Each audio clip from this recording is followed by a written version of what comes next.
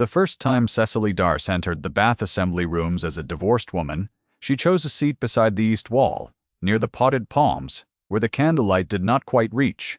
It was not cowardice. It was arithmetic. She had calculated exactly how many people in that room had heard her name spoken, alongside the word barren, and the number was sufficient to recommend the shadow. She had brought her father's physician's satchel with her, which was unusual for an assembly, but she had not intended to stay long. She had come only to collect her mother, who had lingered past the hour they agreed upon, and she sat with the satchel between her feet and her gloved hands in her lap, and watched the room perform its old familiar theater. It was Lady Allerford she saw first. The Viscountess Dowager had not changed in 2 years. She stood near the central pillar in her black silk, the jet at her throat catching the light, and she was speaking to a couple Cecily recognized as Mr. and Mrs. Bidding. Fane of Clifton, the parents of the young woman Frederick Allerford, intended to make his next Viscountess. Lady Allerford's fan moved in slow, deliberate arcs as she spoke, and her voice, though not loud, carried the specific confidence of a woman who has never needed to raise it. She was unable to fulfill the most basic purpose of a wife, Lady Allerford said, and the words arrived at Cecily's chair as cleanly as if they had been aimed. Frederick was patient for 6 years. 6 years. No man could be expected to bear more, and no court of law would have said otherwise. Mrs. Fane nodded, with the solemn gratitude of a woman receiving information she had asked for, and been waiting to hear confirmed. Cecily did not move. The palms rustled above her in the draught from the door. Beneath her feet, the satchel held its weight. She had known this would happen, had known it was possible, had dressed with particular care that evening in the event that it did, putting on the cream gown and the dark wool Spencer jacket and the pearl eardrops her father had given her on her 21st birthday. She had wanted, if she was to be seen in this condition, to at least be seen clearly. What she had not anticipated was the man standing at the far side of the room. He was tall and stood with the still quality of a man accustomed to waiting, his dark auburn hair catching the candlelight, his gray eyes passing across the room with the slow, systematic attention of someone cataloging, rather than merely watching. She knew who he was. Edmund Ferrers Halcott, Earl of Dunmore. She had not met him before the divorce. She had only known him as a name in a document, the name of the king's legal officer, who had reviewed the evidence and found it sufficient. He had been the instrument of her destruction, and she had spent 2 years thinking of him with a specific and carefully contained variety of feeling that was not quite hatred, but was in the same family. He was looking at Lady Allerford. Then at her. His expression did not change. He looked away, the music resumed, and Cecily pressed her feet down on the satchel and breathed. She was unable to fulfill the most basic purpose of a wife. That was not true. She knew, with the flat and devastating precision of a woman who had read her late father's handwriting 300 times in the past 2 years, that it was not true. The note was in the satchel. It had been in the satchel since her father died, sealed and marked with her name, and she had not opened it during the marriage because she had not known it was there, and she had not opened it in the first months after the divorce because she had not been able to open anything. And when she finally had opened it, sitting on the floor of her mother's rented rooms in the gray light of a November morning, she had read it 4 times before she understood what it meant. Her father had examined Frederick Allerford before the marriage, at the Viscount's own private request, and he had written down what he found. The room pressed on around her. She kept her feet on the satchel. The palms rustled. Across the assembly room, the Earl of Dunmore lifted a glass, and did not drink from it. Bath had not been her choice.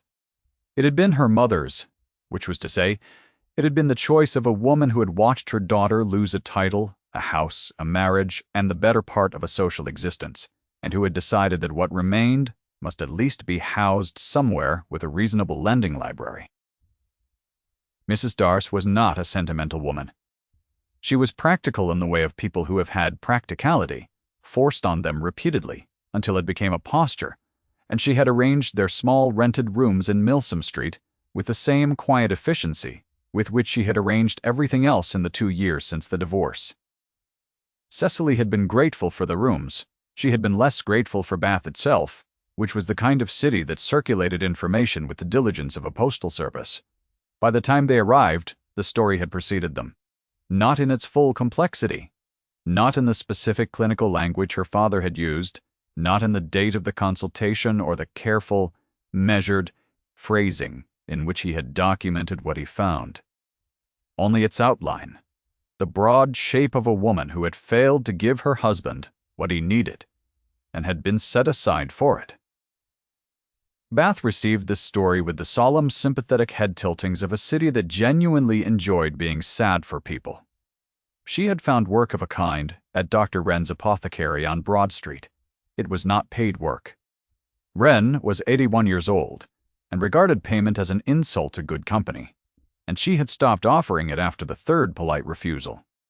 It was useful work, nonetheless the kind that required sustained attention, and left no room in the mind for the thoughts that circled when there was nothing else to do.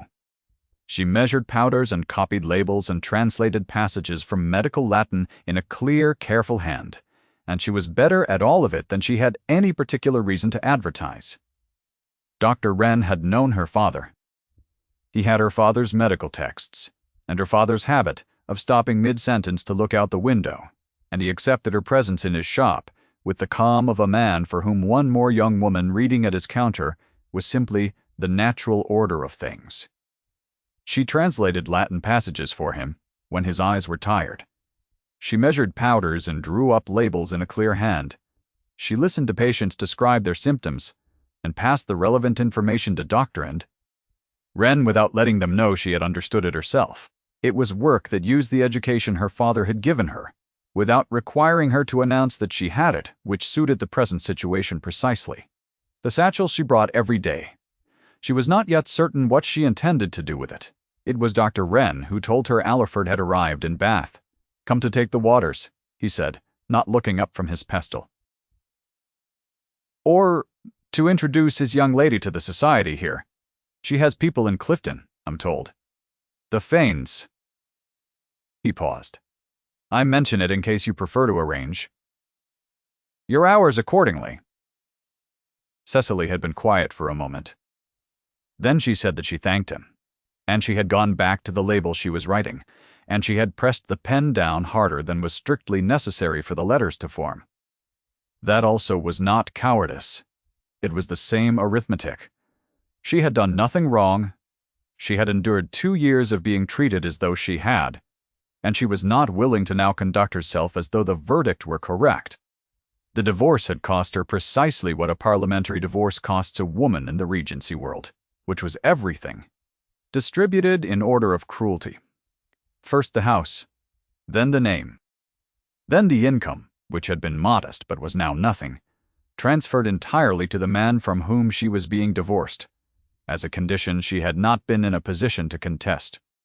Then the social standing, which she had not realized she valued until she watched it leave, slowly, and then all at once, in the form of cards not returned, of invitations that did not arrive, of old friends who smiled at her across rooms and then found reasons to be elsewhere.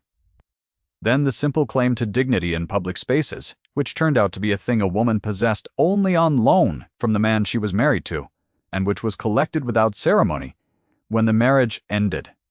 What she had not anticipated was how long it would take for the noise of it to stop. She had expected the first season to be difficult, and had endured it. She had expected the second to be easier, and had found it was merely quieter in a different way, the cruelty having settled into the specific indifference of people who had moved on to someone else's misfortune.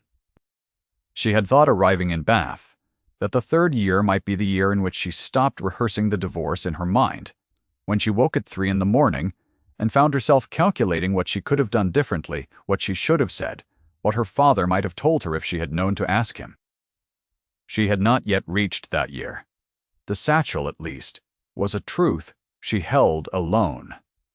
Nobody in Bath knew about the note. Nobody knew that her physician father had examined the Viscount before their marriage and documented his findings in a clinical hand that admitted of no ambiguity. Nobody knew that she had spent 2 years reading that note in the gray light of early morning and sitting with the knowledge that she had been blamed for a thing she had not done, that the word barren had been pressed to her name and sealed there like a black wax mark, and that the man who had done it was walking through Bath with a new woman on his arm. 3 days after Dr. Wren's warning, Allerford appeared in the shop. He came in the late morning, when no other customers were present, which she did not think was a coincidence. He was wearing the burgundy coat she remembered from the final season before the divorce, for he had always bought good cloth and worn it past its date, and he looked exactly as she recalled him. Heavy-set, florid, with the pale blue eyes that had once struck her as kind and now struck her as merely pale. He looked at her across the counter for a moment, without speaking. Then he said her name. Not her married name. Well, her maiden name, which was a message. Miss Darce. I had heard you were here. She put down the label she was writing. Viscount Allerford. I wanted to speak to you privately. He moved to the counter. His voice was the voice she remembered from the last year of the marriage, the level, careful register of a man who is managing something. I know you have been in possession of certain papers. Your father's papers. Cecily said nothing.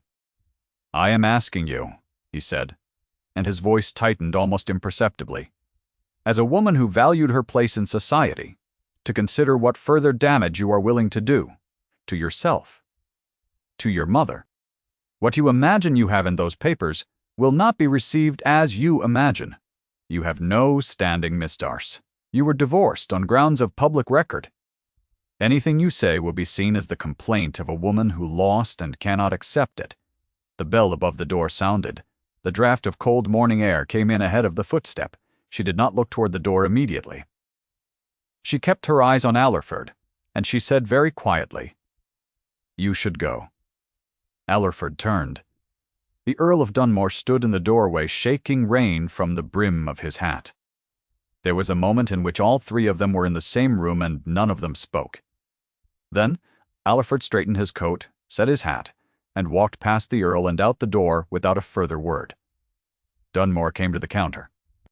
He was looking at her with those gray eyes, and she could not read what was in them, which she found she minded more than she expected. Sit down, he said. You look unwell. I am quite well, my lord. He looked at her for a moment longer. Then he set his wet hat on the counter and asked for a packet of willow bark, and said nothing further. And she prepared it in silence, and when she set it in front of him, she found that his eyes had not moved from her face. How long has he been in Bath? He said. It was not quite a question. A week, she said. He nodded slowly, and took the packet and put exact coin on the counter and left. He came back the following Thursday. He came on the pretext of consulting Dr. Wren about the willow bark, which had, he said, been efficacious, and Dr. Wren received this information with the pleasure of a man who had been making the preparation for 60 years, and was always glad to hear it worked. They spoke for some time. Cecily worked at the far end of the counter, and did not look up, and was therefore aware of him without looking at him, which was a distinction she found herself making repeatedly over the following quarter hour. He left a card. The card said in a clean hand that he was resident at the York House Hotel, and that he would be grateful if Dr. Wren might permit a house call the following week to discuss a matter of his correspondence. He came to the house on a Wednesday afternoon, when the light was thin and gray and her mother had gone out to the lending library. He sat in the small parlor with Dr. Chur, Wren in one chair and Cecily across the room with her father's papers on the table. She had been arranging them, a task she undertook periodically as a way of being with her father's handwriting without requiring anything of herself. Dunmore spread his own papers on the side table and began to discuss them with the old man. It was correspondence relating to a reform of the medical licensing laws. Dr. Wren had opinions. They were comprehensive and expressed without brevity. Cecily listened with half her attention on the conversation and half on the document before her, which was a case note her father had written in 1804 regarding a case of laudanum dependency in a man who had since recovered and gone on to become a churchwarden in Somerset. At some point she said without looking up, "He means The Apothecaries Act. It was passed in 1815, Dr. Wren. You have been operating legally for 11 years. There was a pause. She looked up. Both men were looking at her. I know, said Dr. Wren, with the quiet satisfaction of a man who had been waiting for her to speak. I merely wanted to see what the Earl thought of the matter. She looked at Dunmore. He was watching her with an expression that was not surprise exactly, but something adjacent to it, the look of a person who has located something in a drawer where they expected to find something else. Your father was a physician, he said. Yes. He trained you? He taught me what he knew, she said, which was different, and she saw that he heard the difference. He did not look away for a moment. Then he looked back at his papers, and the afternoon continued, and when he left, he paused at the door and said, without turning, that if she had occasion to need anything while she remained in Bath, she was to send word to the York House. I will not need anything, she said. He turned then and looked at her. No, he said. I imagine you have learned not to. If she had been asked in the weeks that followed to describe the quality of his attention to her, she would have struggled to name it. It was not the attention of courtship. It was not pity. It was something more patient than either, a specific quality of noticing that did not announce itself, and did not require her to respond to it, that arrived with him when he came to the apothecary and remained after he left in the form of a slight dissonance in the air, a sense that something had been observed which had not previously been seen. She was aware of him in the pump room. She was aware of him in the street. She was aware, walking to the lending library on a Tuesday morning with her mother, that he was on the opposite side of the street, and that he looked up, and that he slowed his pace very slightly. She did not know what to do with this. She had spent 2 years believing the world's verdict on her, and the world's verdict did not include being seen. She asked Dr. Wren what he knew of the Earl of Dunmore. A good man, said Dr. Wren. Or a man who is trying to be one, which is perhaps the more reliable kind, lost his wife some years ago, lost the child as well, has not spoken of it as far as I can tell to anyone. She thought about this for several days. On a Friday afternoon in late October, she was reading to Dr. Wren from a Latin pharmacopoeia. She was sitting in the window of the shop, the book in her lap, speaking slowly and translating as she went. And Dr. Wren was behind the counter, with his eyes closed. Not sleeping, he maintained, merely concentrating. When the bell above the door sounded, she did not look up immediately. She finished the sentence she was translating. She heard footsteps stop. She looked up, and Dunmore was standing in the doorway, and he was not looking at the counter, or at the shelves, or at the old man in his chair. He was looking at her. She met his eyes and did not look away, and he did not look away either. And between them, in the silence, was something she did not have a name for, that was warmer than anything she had allowed herself in 2 years. She looked back at the book. She read the next sentence. If you have found this story moving, leave a word in the comments. It costs nothing to say that a woman's dignity deserves its record. He came around the counter, nodded at Dr. Wren, and asked for a preparation for headache. His voice was the same, even register it always was. But he was still standing closer to the window than was necessary, and she was still aware of the distance between them, with a precision that belonged to the body and not to the mind. She prepared the preparation. She did not speak. Neither did he. When he left, she remained at the window for a long moment, with the open book in her lap, watching the street outside, feeling the specific and unasked-for warmth of being quietly, persistently noticed by someone who required nothing from the noticing. She thought about his wife. She thought about the child. She thought about the silver thing he kept in a drawer that he had not named, but had almost named, and about the portrait he had not described, but whose absence she could feel in the way he talked about his house.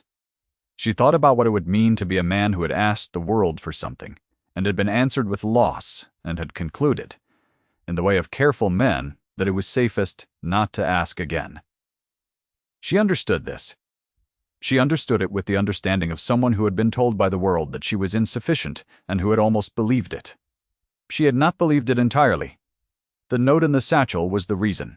Her father had known, had documented, had sealed the truth in her name, and she had carried it for 2 years without knowing what to do with it because doing something with it required her to enter a room and speak, and every room she had entered in the past 2 years had already decided who she was. She was not certain even now what she intended. She was not certain Dunmore was the reason she was beginning to think of acting. But she was beginning to think of it. There was a particular quality to the thinking that she recognized. She had felt it before, in the marriage, in the last 18 months of it, when she had begun to understand that the conversation about children was never going to arrive at any resolution that was comfortable for her, when she had begun to quietly read everything in her father's library that pertained to the subject and to compile in her own careful hand a set of observations about what she found there. That thinking had not saved her, but it had given her something she held afterward in the months of the divorce and the months after it, which was the knowledge that she had not been passive. She had looked at the thing clearly. She had tried to understand it. The world had overridden her understanding with legal instruments and social consensus, but the understanding itself had never been wrong. She had never stopped knowing it. The note in the satchel was the same. It was the truth, and she had been holding it. And the question she was asking herself was no longer whether to act, but only how and when and in what form. An action could mean something rather than simply cost her whatever remained of her quiet life. In Bath, she thought about Dunmore's face when he read the note. She had not shown it to him yet. She was rehearsing showing it to him, which was a kind of preparation she recognized as the behavior of a woman who was already resolved and simply had not admitted it. The blow came on a Thursday. It came first through the apothecary's boy, a 14-year-old named Sam, who carried packages and messages, and who arrived that morning with the specific expression of a child who has been charged with delivering bad news and is not certain how. He said that he had been in the corridor outside the card room at the York House the previous evening delivering a parcel, and that he had heard Viscount Allerford speaking to a gentleman he did not know. He said that the Viscount had been talking about Miss Darce. He said he would not repeat the exact words because they were not kind, but that the Viscount had told the gentleman that she had been spreading falsehoods about him in Bath out of bitterness and spite, and that the gentleman, who Sam thought was Mr. Blonner, Fane had said that he was grateful to know it. Cecily thanked Sam and sent him out with the coin, and stood at the counter for a long moment without moving. That afternoon a note arrived from the Master of Ceremonies at the Assembly Rooms. It was politely worded. It expressed, in the careful language of a man trying not to say what he was saying, that he had received a communication from a party who felt Miss Darce's presence at the rooms was a source of distress to other guests. He hoped she would understand that, in the interest of maintaining the harmony of the establishment, he might be forced to ask her to refrain from attending for the remainder of the season. Her mother, reading the note over her shoulder, said nothing. This was the loudest thing her mother had said in months. She had not told anyone about the physician's note. Not her mother. Not Dr. Wren, not the solicitor. She had briefly consulted in Bristol 2 years earlier, who had told her that a parliamentary divorce, once granted, was for all practical purposes permanent. She had kept the note because her father had given it to her. She had kept it because she could not part with it. She had kept it because it was the truth, and the truth, even when it could not be acted upon, was something. She sat with the note from the Master of Ceremonies in her hand, and the satchel on the floor beside her chair, and she thought, with a clarity she had not felt in some time, that she was tired. She was tired of being quiet. She was tired of being careful. She was tired of holding the truth in a leather satchel and going to the shadow of the potted palms, and sitting very still while someone across the room described her in the language of failure. The Earl of Dunmore arrived at 6 o'clock without having been sent for. She suspected Dr. Wren, who had a way of managing things that did not look like management.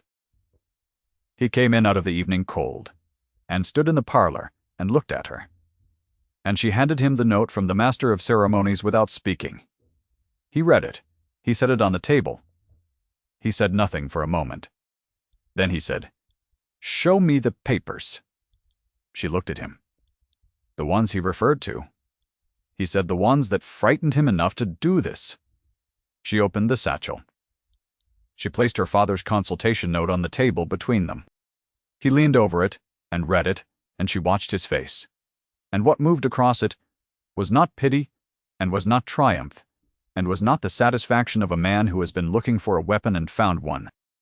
It was something closer to grief, the specific contained grief of a man who had reviewed evidence in a case and had known, without being able to say what he knew, that something was missing. He straightened. He looked at the date on the note. He looked at her. "Your father examined him," he said, "at the Viscount's own request before the marriage. He came to my father privately, on a matter he described as personal. My father documented what he found and sealed the note in my name. And you did not find it until after. He died 3 months after the divorce. I opened the satchel that November. Dunmore was quiet. Then he said very carefully, 'This note, presented formally to the parliamentary record and to the correct legal parties, constitutes material evidence that was not disclosed during the proceedings. The case on its face would not, under English law, have proceeded as it did if this had been known. I know.' He looked at her for a long moment. 'You have been carrying this alone.' 'I was not certain what use it would be,' she said. 'A divorced woman is not precisely a credible party.' 'No,' he said, 'which is why I intend to present it.' She told him she did not want a scene. He said, 'This is not a scene. A scene is what has been made of your life for 2 years. This is a record.' He told her what he intended: to take the note to the solicitor who had registered the divorce proceedings in Bath, to serve formal notice to Allerford that the suppressed evidence would be entered into the parliamentary record, and to make this known at the assembly rooms at the public engagement dinner Allerford had arranged for Saturday evening. Before the announcement could be made, before Cordelia Fane was bound to a man whose own physician's records contradicted the only account of himself he had ever given her. 'Miss Fane deserves to know,' he said. 'Whatever she does with the knowledge is her choice. But she deserves to have it. Cecily,' said he, "will say the note is fabricated. He will say, 'My father made it up to protect me.' Your father's hand can be verified against 20 years of his professional correspondence. His registration with the Medical Licensing Board is a matter of record. The date of the consultation can be cross-referenced against the Viscount's own correspondence." He paused. "Let me do this." It was not a question. It was the quiet order of a careful man who had made a decision from a place she recognized as principle rather than convenience. And she thought of the silver thing in the drawer, and the portrait turned to the wall, and the man who had tried to stop asking the world for anything, and she said yes. The assembly rooms on Saturday evening held most of Bath's winter society, which was to say, perhaps 200 people in formal dress, the orchestra playing at the north end, the candlelight generous and the punch adequate. Cecily arrived with her mother at 7 o'clock, and went directly to the east wall, out of old habit. And then she stopped, and she moved instead to the center of the room. Allerford was near the main doors, with Cordelia Fane at his arm, and the Fanes beside them, Mr. Fane looking self-satisfied, Mrs. Fane looking at the room with the proprietary pleasure of a woman who expects it to witness something to her advantage. Lady Allerford was at her son's left hand, her fan moving in those slow, deliberate arcs, her jet jewelry catching the candlelight. The master of ceremonies was preparing to speak. Cecily saw him take his place. She saw Dunmore at the far side of the room, and beside him, a small man with a briefcase, who she recognized after a moment as Mr. Vend Greer, the solicitor, whose offices were on Gay Street, and who had registered more than one parliamentary matter in Bath over the past decade. Dunmore caught her eye across the room. He did not nod. He simply looked at her, and she straightened, and she looked back. The master of ceremonies opened his mouth. Dunmore spoke first. He did not raise his voice. He did not need to. The voice of an Earl of Dunmore in full possession of the room simply was what it was, and the room accorded it the attention it expected to receive. He said that he asked the indulgence of the company for one moment before the evening's announcement, as a matter of legal record required formal acknowledgement in the presence of witnesses. Mr. Greer opened the briefcase. He produced a copy of the document, which Dunmore had made, she realized, the original now safe with the solicitor's office, and he read it aloud in the clear, carrying voice of a man who reads legal documents for a living.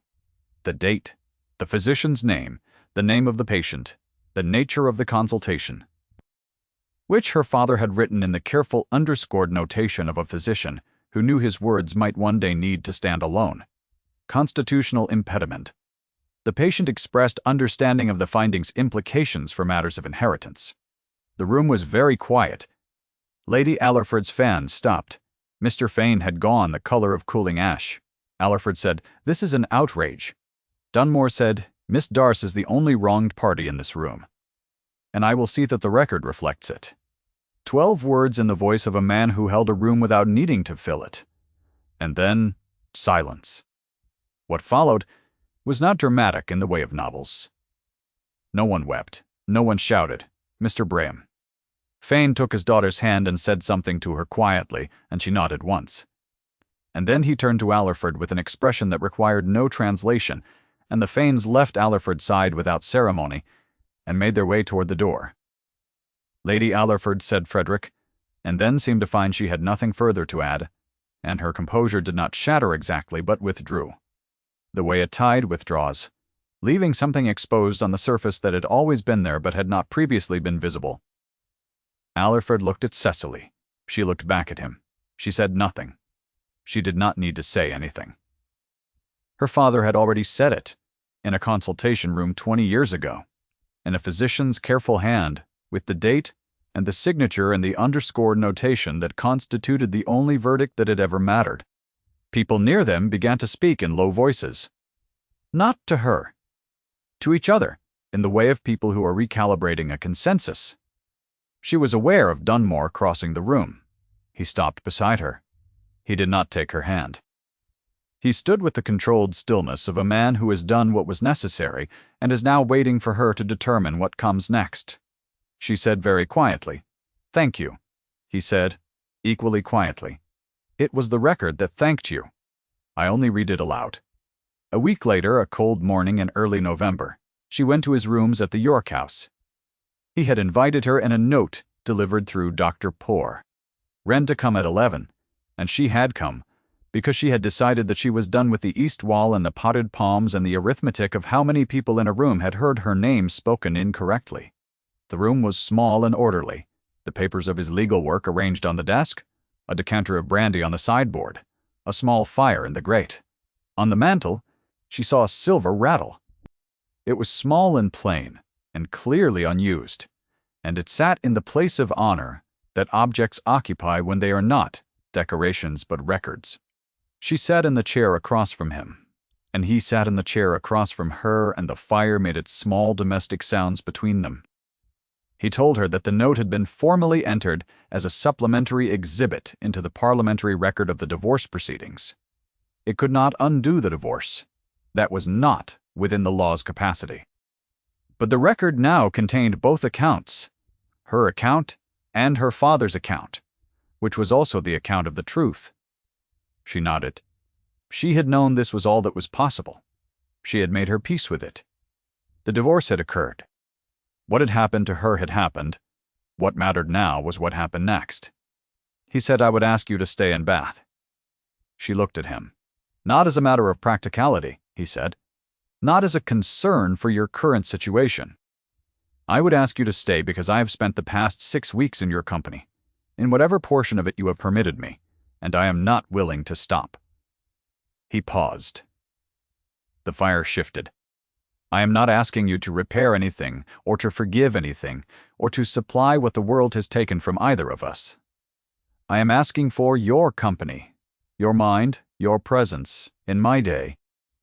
I am asking because I want to, and I am not accustomed to having things I want, and I find that I am prepared to say." So plainly. She did not answer immediately. She thought he deserved the weight of the question being felt before she answered it. She reached into the satchel. She took out the last paper, the one she had not shown him, the one that was not a physician's note, but a letter, written in her father's hand on a single sheet of paper, sealed with no more than a plain wax disc. She held it out to him. He took it, he unfolded it. He read. It was brief. Her father had written it the month before he died, when he knew he was dying, and he had placed it inside the satchel with the consultation note, and he had addressed it to her. He had said that he was sorry he could not have given her the note sooner, in a form that could have been used. He said that the truth was slow, but that it endured.